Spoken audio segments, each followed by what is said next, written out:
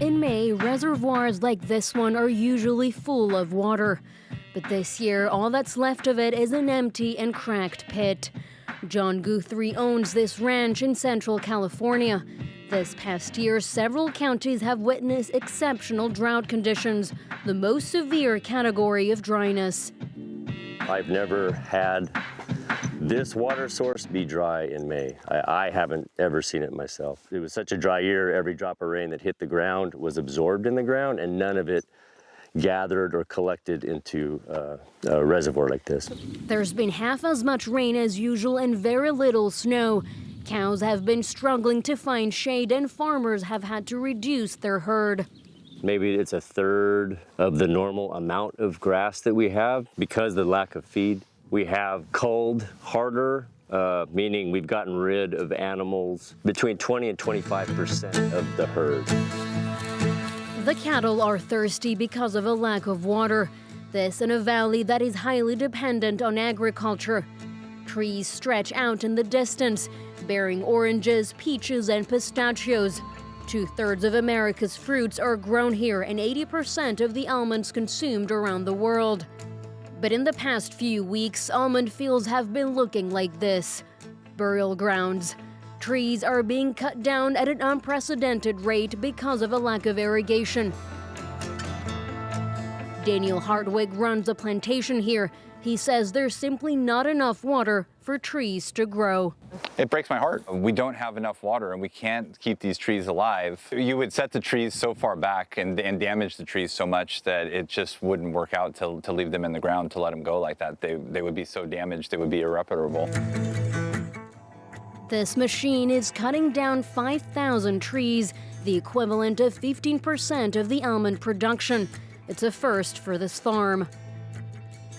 These trees are right in the middle of their life cycle. They're beautiful adults, right? They are right in the middle of when they should be producing food for everybody. Almond trees require a lot of water. That is why Daniel's farm cannot afford to waste any single drop.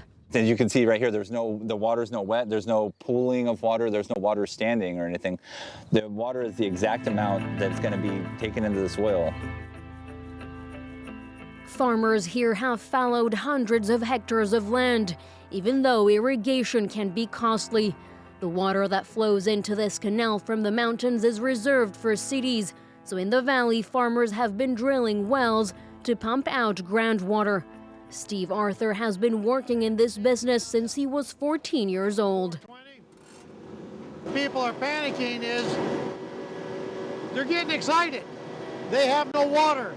They got to irrigate their crop. We've got 4 drill rigs running and 3 pump trucks running. We cannot keep up with the demand. There are no limits to the amount of wells that farmers can build or the amount of water they can pump.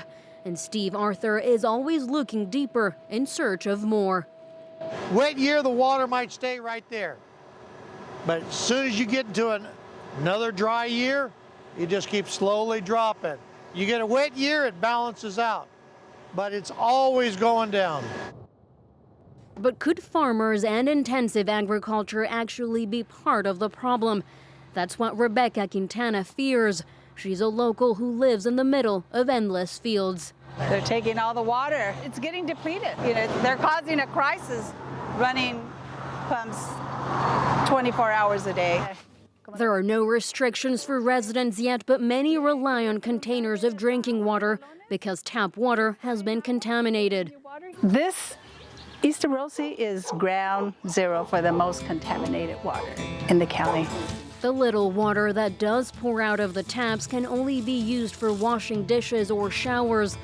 Pollution, falling water levels, drought, all of this in one of the most fertile valleys in the U.S.